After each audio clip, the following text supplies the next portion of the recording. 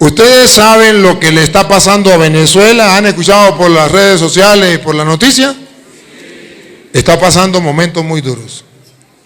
¿Ustedes saben cuál fue el pecado que cometió Venezuela? El pecado de idolatría. Porque a Venezuela le vendieron una idea que el difunto presidente era Dios. Y muchos venezolanos tontos creyeron y decían que ese presidente era el comandante supremo, que era el eterno. Le sacaron un Padre Nuestro y cambiaron el Padre Nuestro. Cambiaron un credo y se lo pusieron a él. Se burlaron de Dios. Abandonaron la iglesia por el gobierno, por la política.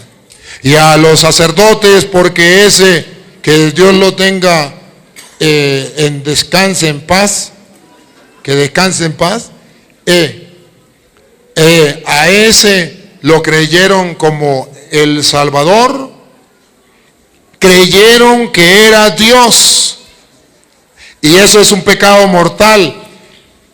Y sepa el mundo entero, y como sacerdote del Dios Altísimo, y con el conocimiento que tengo de la palabra de Dios, y con la autoridad que Dios me ha dado a mí como sacerdote del Dios Altísimo, que el mundo entero sepa que hasta que Venezuela no reconozca el pecado de idolatría, de haber adorado a ese hombre, jamás se levantará.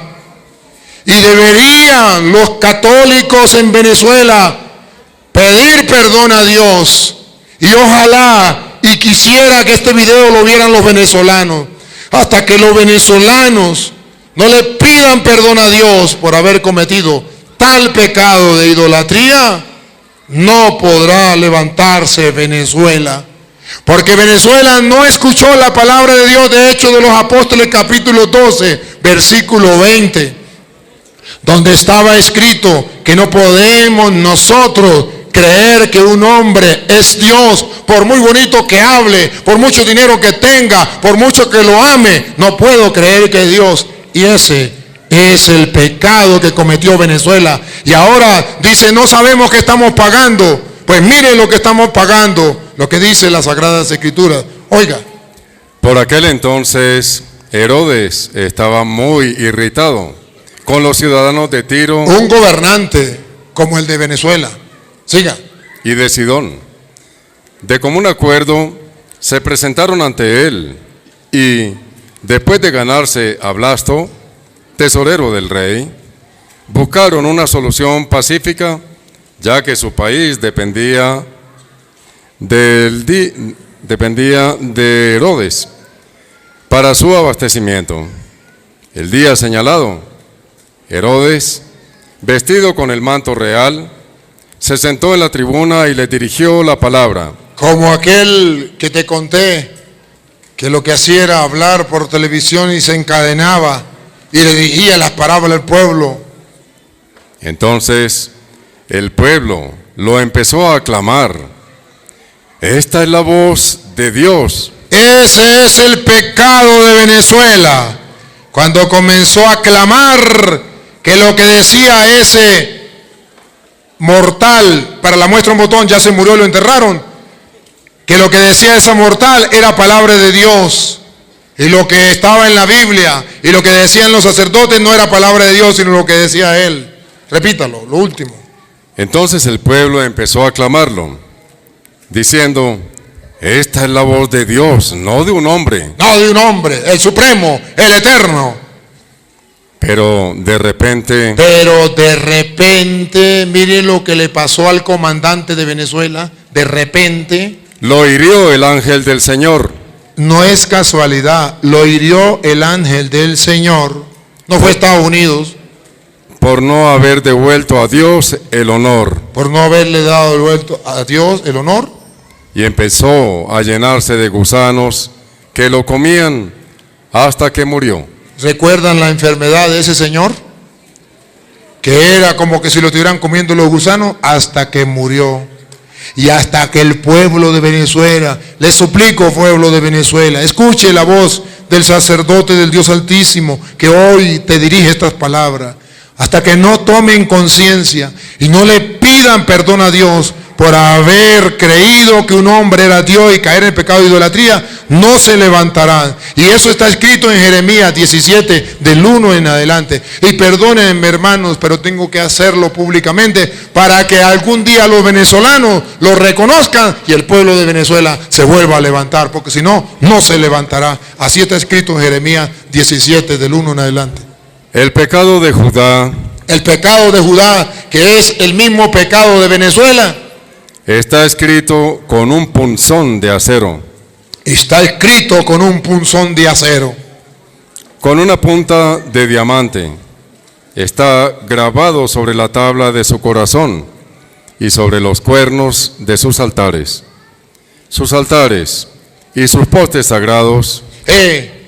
Y para los que no saben, llenaron a Venezuela de altares de los santeros, de los babalaos, de los brujos.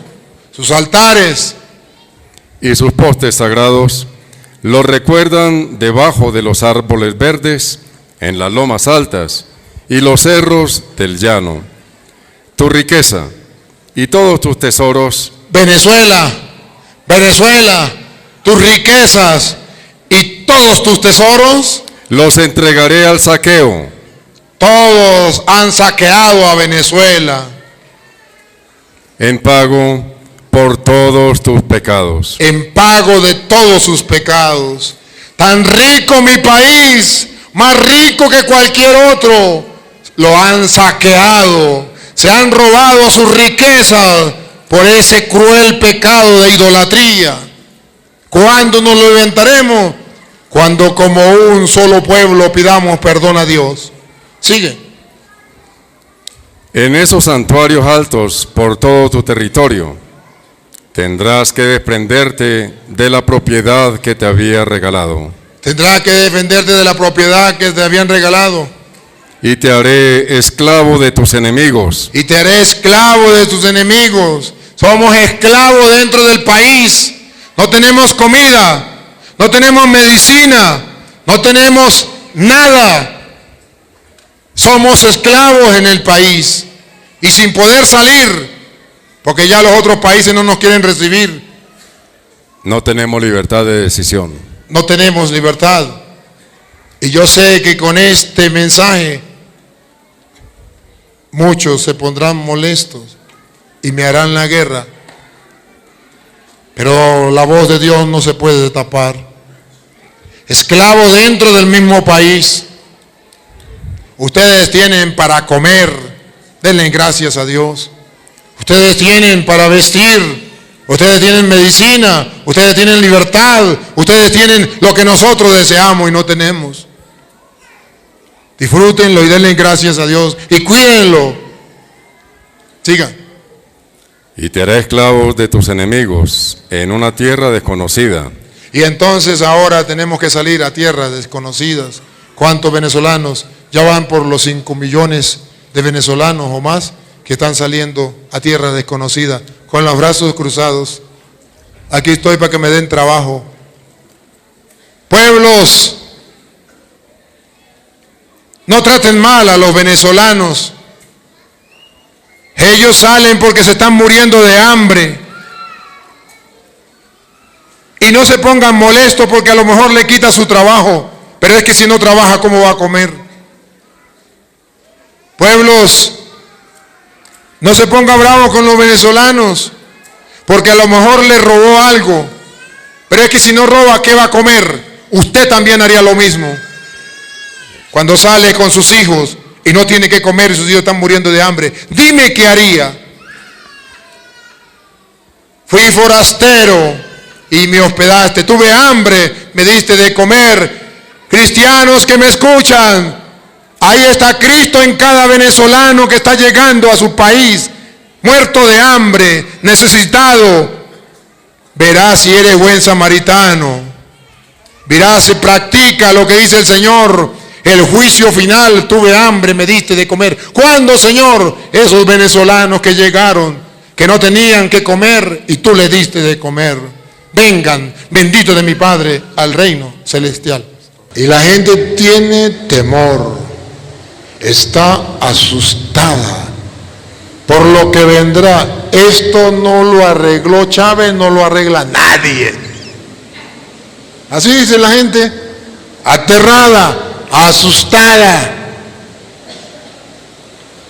Eso lo hacen los paganos. Está dibujando los paganos, los no creyentes en el Señor.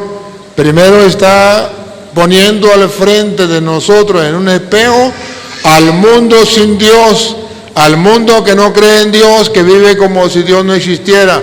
Está aterrado, asustados. En Venezuela la gente está asustada. En otros países la gente está asustada. Y unos asustados contra otros. ¿Usted no ve que el presidente dice que está asustado que lo puedan eliminar? Y otros por allá dicen que está asustado porque el presidente puede hacer otras cosas. O en Cuba igualito, en Estados Unidos igualito. Todos están asustados. Porque nos hemos apartado de Dios. Pero esto es fin de mundo. Se están viendo cosas que no se veían. Fin de mundo. ¿Alguna vez cuando usted estaba pequeñito, por ejemplo, miraba besándose una mujer con otra mujer? Fin de mundo. Los hombres machos, remachos, un hombre besándose con otro hombre, guácala. Fin de mundo. Pero eso es normal para el mundo de hoy. Pero es fin del mundo. Eso no se había visto. Y eso no cuadra y eso no pega, pero ni con goma. San Lucas capítulo 21, versículo 25, dice que antes de la venida del Señor, va a venir, habrá señales en el sol. Comienza entonces a decir que Dios no va a hacer que el mundo se acabe sin mandar señales. El mundo se va a acabar. ¿Cuándo? No lo sabe nadie. Y los adventistas engañan a la gente y los protestantes diciendo el mundo se acaba en el año 2000. ¿Se acuerda el susto que se llevó la gente en el 2000? Y ya pasamos en el 2000, pura mentira. Falsos profetas, pruebas tenemos. No se cumplió lo que dijeron los protestantes, pura mentira. Después que en el 2006, después que en el 2012, y es pura mentira, porque nadie sabe cuándo. Lo que sí sabemos es que Jesús dice que Él va a mandar señales. Habrá señales en el sol. Eso sí. Vamos a ver qué señales hoy el Evangelio nos presenta para estar nosotros preparados. Habrá señales en el sol, en la luna y en las estrellas. Habrá señales. Y eso sí, tenemos que abrir los ojos para ver las señales que Dios ha dejado para nosotros descubrir que estamos en los últimos tiempos. ¿Cuál es la diferencia entre los protestantes y la Iglesia Católica? Que en la Iglesia Católica se enseña que estamos en los finales de los tiempos, tal como lo dice la Biblia. Llegada la plenitud de los tiempos, envió Dios a su Hijo, nacido de una mujer, Gálatas 4:4. Estamos en los finales de los tiempos. La diferencia entre la Iglesia Católica y los protestantes es que los protestantes no hablan de los finales de los tiempos, sino hablan del fin del mundo. El fin del mundo es en el 2006 o en el 2000 y es pura mentiras, porque el fin del mundo sabemos que vendrá, pero no sabemos cuándo. La Iglesia Católica habla del final de los tiempos, o sea, que cada día que pasa es un día menos de vida que nos queda. Si nos quedaba, por ejemplo, si nosotros vamos a morir mañana, ayer nos quedaba 2 días, ¿y hoy cuántos días nos queda? 1 día. Esto se llama final de los tiempos, que cada día nos acercamos más al final de los tiempos. Eso es lo que enseña la Iglesia Católica, eso es lo que enseñó Jesús. Pero el fin del mundo, ¿va a ser mañana? No, nadie lo sabe. Pero el final de los tiempos sí estamos, y cada día nos acercamos más al final de los tiempos. Habrá señales en el sol, la luna y las estrellas. Y en la tierra, angustia de la gente. A lo mejor nosotros no hemos visto las señales del sol, la luna y las estrellas, porque no somos como los antiguos que estaban pendientes de eso. Pero sí hemos visto las otras señales. ¿Otra vez? En la tierra, angustia de la gente. Eso sí lo hemos visto, ¿o no? La angustia de la gente. Que si Putin va a mandar una bomba atómica y va a acabar el mundo entero. La angustia de la gente. Que si habrá guerra en Venezuela. Que si habrá invasión, que si no habrá invasión. Que mire que Israel está peleando con no sé quién. Que mire la angustia de la gente. Pero no solamente por eso. La angustia de la gente al sentir los calores. Ahorita la ola de frío que hay en algunos países. La angustia de la gente por las inundaciones en algunos países. La angustia de la gente cuando el comunismo está agarrando los países. La angustia que hay en Venezuela porque no encuentran trabajo, porque no encuentran comida, porque los hijos se le fueron a otros países. La angustia de la gente. A lo mejor los padres de familia angustiados porque los hijos agarraron los malos caminos, los vicios. La angustia de los hijos porque los padres están tomando licor y se divorciaron o se están peleando. La angustia de la gente por muchas cosas. Eso lo estamos viviendo cada día más y es señal de los tiempos. Hay angustia. La mujer angustiada porque el marido parece que se casó con los amigos y le dedica más tiempo a los amigos y a la calle que a la casa y a la mujer y a los hijos, ¿o no? Y la angustia del marido porque la mujer se convirtió en una tigra o en una mapanare. Hay angustia. Eso sí lo estamos viendo. Con facilidad la gente se angustia por cualquier motivo. Incluso los jóvenes están angustiados, se cortan las venas, se toman un veneno, se le tira un carro, se quieren quitar la vida. Hay angustia de la gente. Eso sí lo estamos viendo. Y son señales de los últimos tiempos. Habrá angustia. Confundidas a causa del bramido del mar y de las olas. Y la gente estará también confundida por lo que pasa en la naturaleza. Aquí lo dibuja, bramidos del mar y las olas. Es decir, la misma naturaleza cambia, alerta. La naturaleza se está levantando contra el ser humano, claro, por la destrucción que hay. Árboles se están destruyendo y nadie siembra.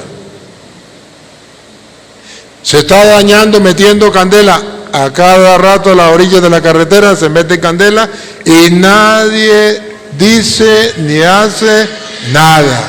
Ustedes mismos en su casa reúnen la basura o las hojas de los árboles y en vez de saber que eso es abono para la tierra, le meten candela. Y entonces la naturaleza comienza a sentir y la naturaleza comienza a reclamar y a gritar auxilio. Y ya lo estamos viendo. Tantos calores, tantas cosas, que a veces en unas partes no llueve, en otras partes llueve mucho. Y precisamente es porque ustedes y yo hemos destruido la naturaleza sin compasión. Y eso se está quejando. Final de los tiempos. Desfalleciendo los hombres por el temor y la expectación de las cosas que sobrevendrán en la tierra. Y la gente tiene temor, está asustada por lo que vendrá. Esto no lo arregló Chávez, no lo arregla nadie. Así dice la gente, aterrada, asustada. Eso lo hacen los paganos. Está dibujando los paganos, los no creyentes en el Señor. Primero está poniendo al frente de nosotros en un espejo al mundo sin Dios, al mundo que no cree en Dios, que vive como si Dios no existiera. Está aterrado, asustados. En Venezuela la gente está asustada. En otros países la gente está asustada. Y unos asustados contra otros. ¿Usted no ve que el presidente dice que está asustado que lo puedan eliminar? Y otro por allá dicen que está asustado porque el presidente puede hacer otras cosas. O en Cuba igualito, en Estados Unidos igualito. Todos están asustados. Porque nos hemos apartado de Dios. Pero esto es fin de mundo. Se están viendo cosas que no se veían. Fin de mundo. ¿Alguna vez cuando usted estaba pequeñito, por ejemplo, miraba besándose una mujer con otra mujer? Fin de mundo. Los hombres machos, remachos, un hombre besándose con otro hombre, guácala. Fin de mundo. No pega con nada. Estamos viendo fin de mundo. Que las madres maten y asesinen a los niños en el vientre. Fin de mundo. Fin de mundo. Que quieran sacar a Dios, ya abrieron varios templos en el mundo para adorar a Satanás. Fin de mundo.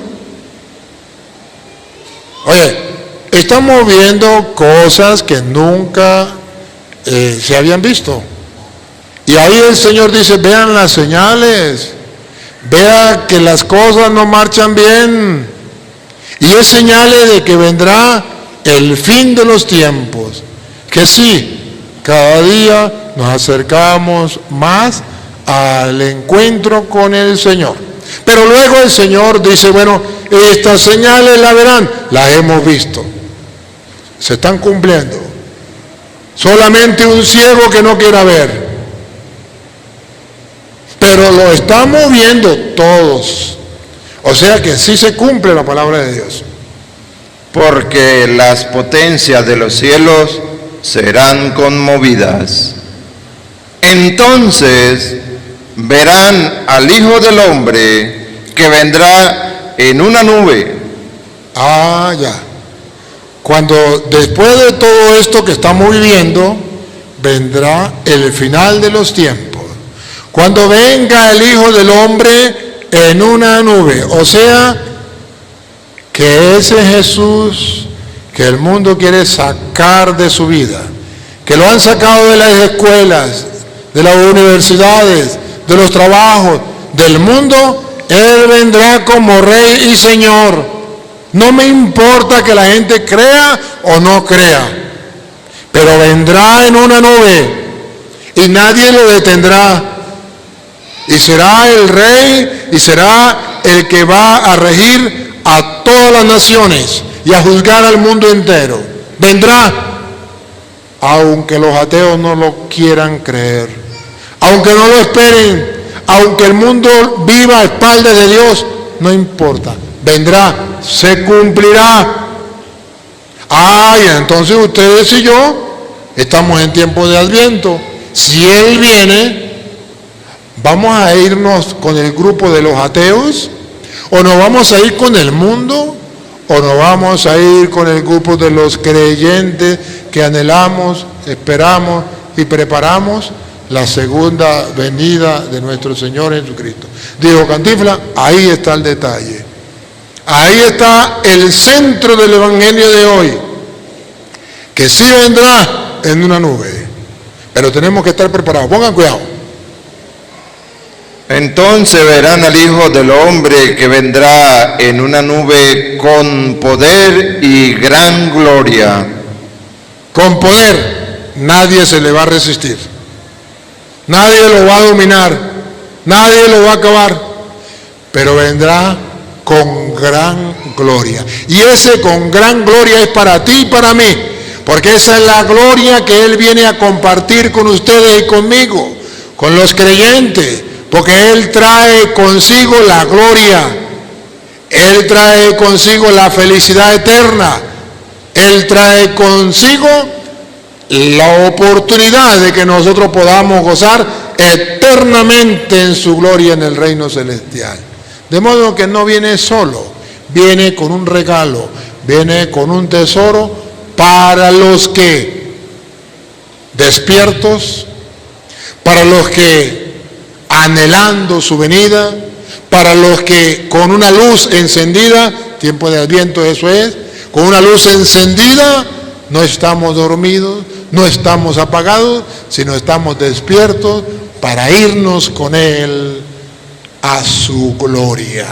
Ese es el Evangelio, esa es la buena noticia, esa es nuestra esperanza, esa es nuestra ilusión. Eso es lo que nos diferencia de los paganos, nos diferencia de los ateos, nos diferencia del mundo. La fe, la esperanza, que las promesas del Señor, que su palabra se cumplirá.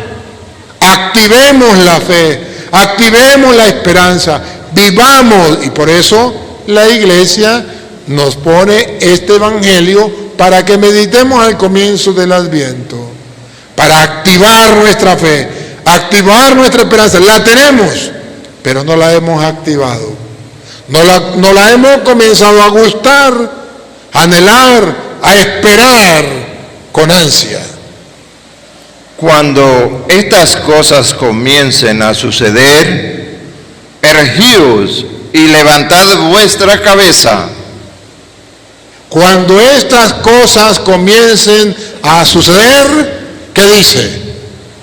Nos tenemos que dejar llevar por el estrés, es 4 y es 5, por la depre, por la amargura, por la decepción, por la desesperanza. No, erguido, levanten la cabeza.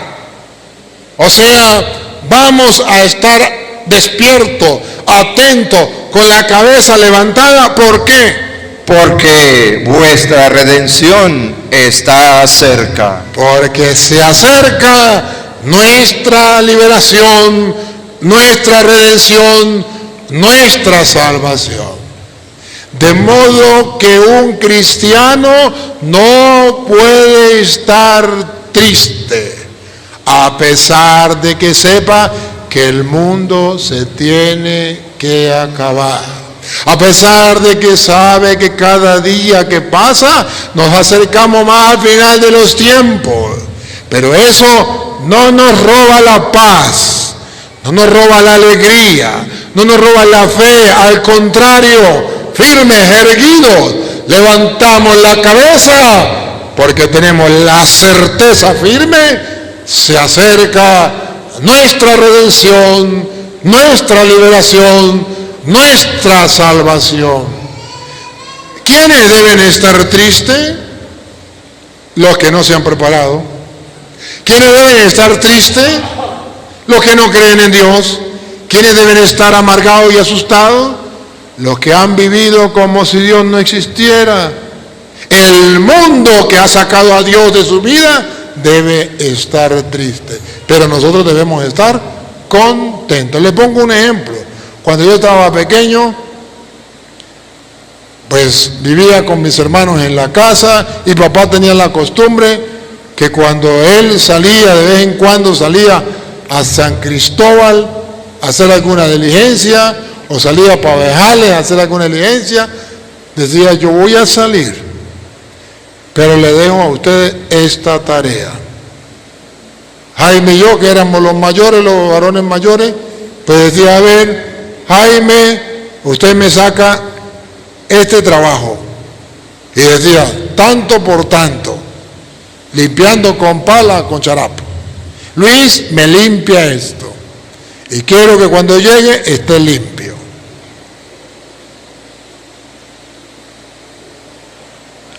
Pues imagínense, como él se iba, quedábamos libres. Y a mí me gustaba jugar con los primos que iban a visitarnos, y llegaban los primos y me ponía a jugar, y mamá decía: recuerde la tarea que dejó su papá. Y Jaime se iba de primero a sacar la tarea que papá había dejado. Y después se venía a jugar. Y yo hacía al revés. Me ponía a jugar. Y cuando Jaime llegaba, las cosas se ponían más emocionantes. Porque podíamos jugar más. Y yo decía, ahora irme a jugar, llegó Jaimito, más fácil todavía para jugar, más emocionante. Y siguió, ahorita voy. Y cuando escuchábamos el carro, llegó su papá. ¡Ay, bárbaro!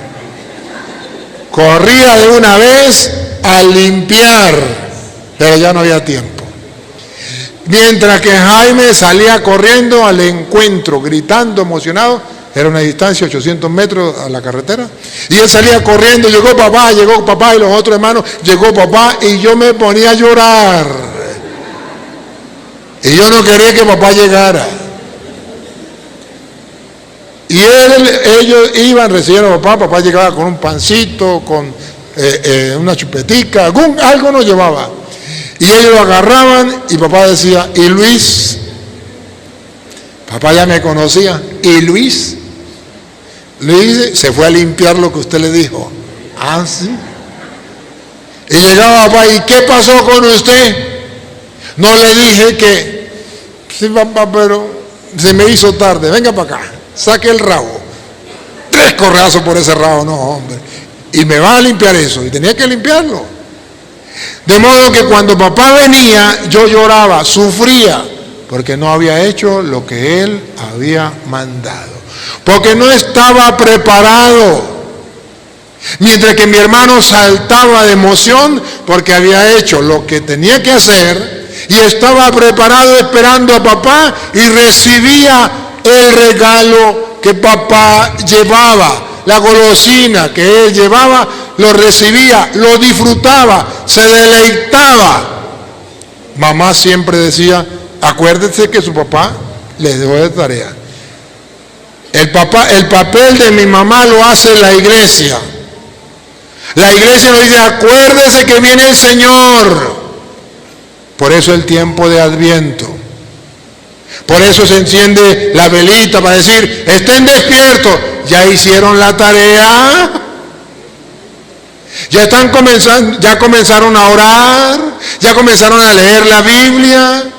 Ya van a los retiros, ahorita que tienen un padre nuevo que está entusiasmado de ayudarle a ustedes en la vida espiritual. Ya se integraron a la iglesia, ya están activos en la iglesia, ya están yendo a los retiros, a la formación, o todavía están esperando. ¿Qué están esperando? Que diga, ahí viene el Señor. Uy, no, todavía no me he confesado. No, todavía no he hecho la primera comunión, todavía no me he casado. No, todavía ando en los vicios. Ahorita lo va a poner el ejemplo el Señor.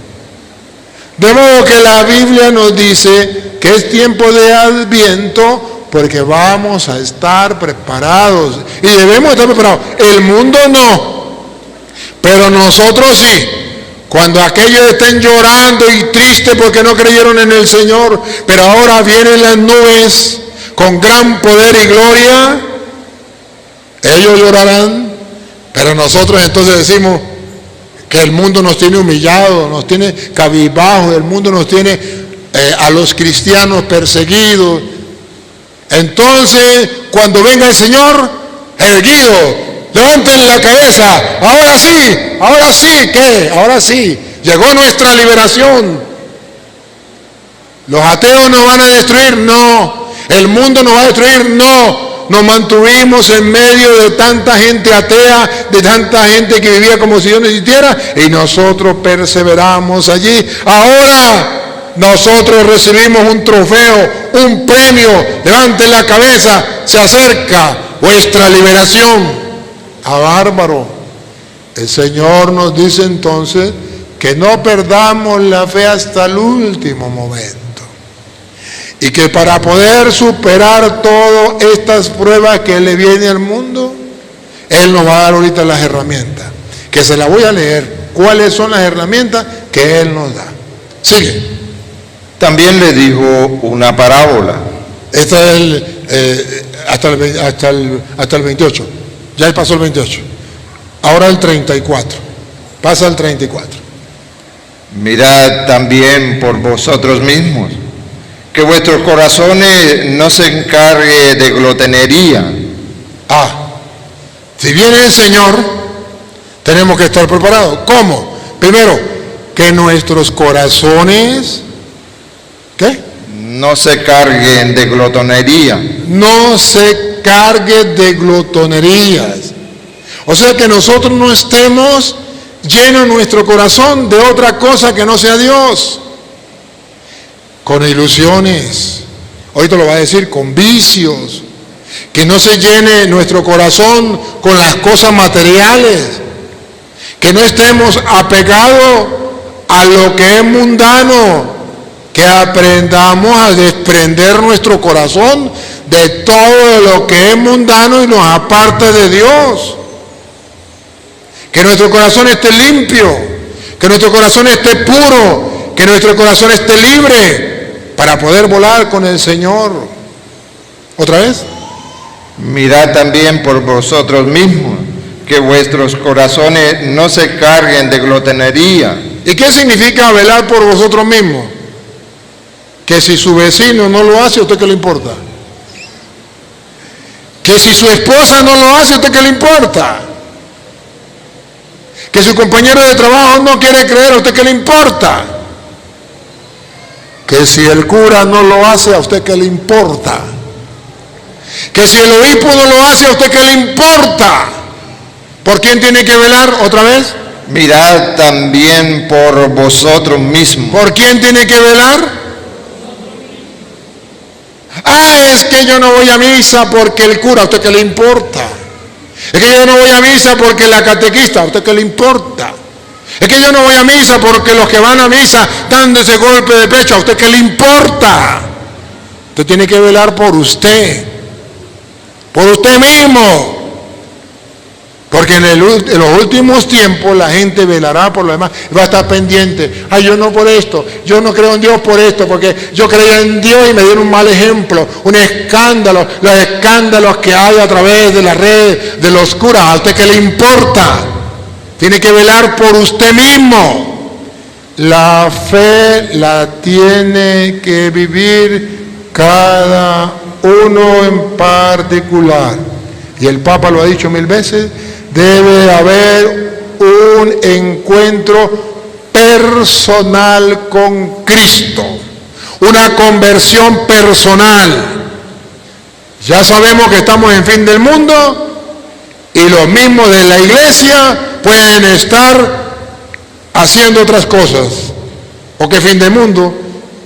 Fin de los tiempos. Y si es el fin de los tiempos, ¿qué vamos a hacer? Pues todo eso tendrá que suceder. Por eso dice que el sol no sé qué, la luna también y las estrellas perderán su brillo. Eso significa que los que deberían iluminarnos en la iglesia han perdido el brillo. ¿Y quiénes son los que nos tienen que iluminar en la iglesia? ¿Quiénes son el sol, la luna y las estrellas en la iglesia? Pues el Papa, los obispos y los curas. ¿O no? Pues eso también van a perder el resplandor. Entonces, ¿qué tenemos que hacer? Preocuparnos por nosotros mismos y descubrir si hay alguien que da mal ejemplo, pues que dé mal ejemplo y los tontos que sigan su mal ejemplo. Yo debo aprender a agarrar de los demás las cosas buenas y las cosas malas las desecho. Porque tenemos dos opciones, ser como las abejas o ser como las moscas. A ver, las abejas que agarran, las cosas buenas o las malas, y las convierten en dulzura, en miel. Y las moscas, ¿a dónde las encuentra usted paradas? Ahí donde muchos católicos se las pasan, en la pura caca. ¿O no? Eso es lo que miran. No miran que un cura haga algo bueno, no, eso no lo miran, porque eso lo miran las abejas. Sino cuando un cura hizo algo malo, que es pura caca, ahí sí están metidos. Son moscas. ¿O no? Entonces dice que cuando venga el Señor, no tenemos que ser como las moscas, estar metidos en las cacas. mirando a aquel hizo esto malo, aquel hizo otro malo, No, tenemos que ser como las abejas. Las cosas buenas que tienen las personas, todos tenemos cosas buenas. Agarrar lo bueno y desechar lo malo, para que haya dulzura en mi corazón. Sigamos el ejemplo de las abejas. Preocupémonos por nosotros mismos. No nos preocupemos por los demás. Peor todavía, para estar viendo los defectos de los demás, señalando los defectos de los demás y justificándonos por los defectos de los demás. Yo no busco de Dios, yo no voy a misa, yo no oro, yo no hago esto, porque los que van, así no es. Pero eso es la triste realidad, que la iglesia se llena de moscas y no se llena de abejas.